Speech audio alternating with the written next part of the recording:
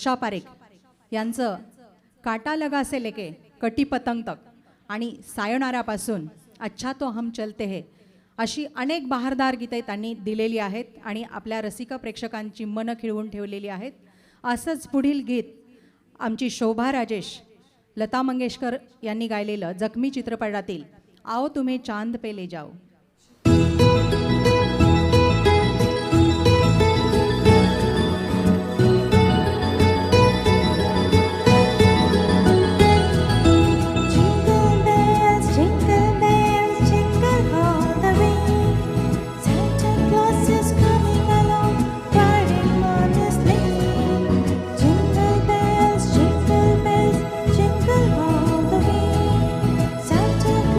Coming along.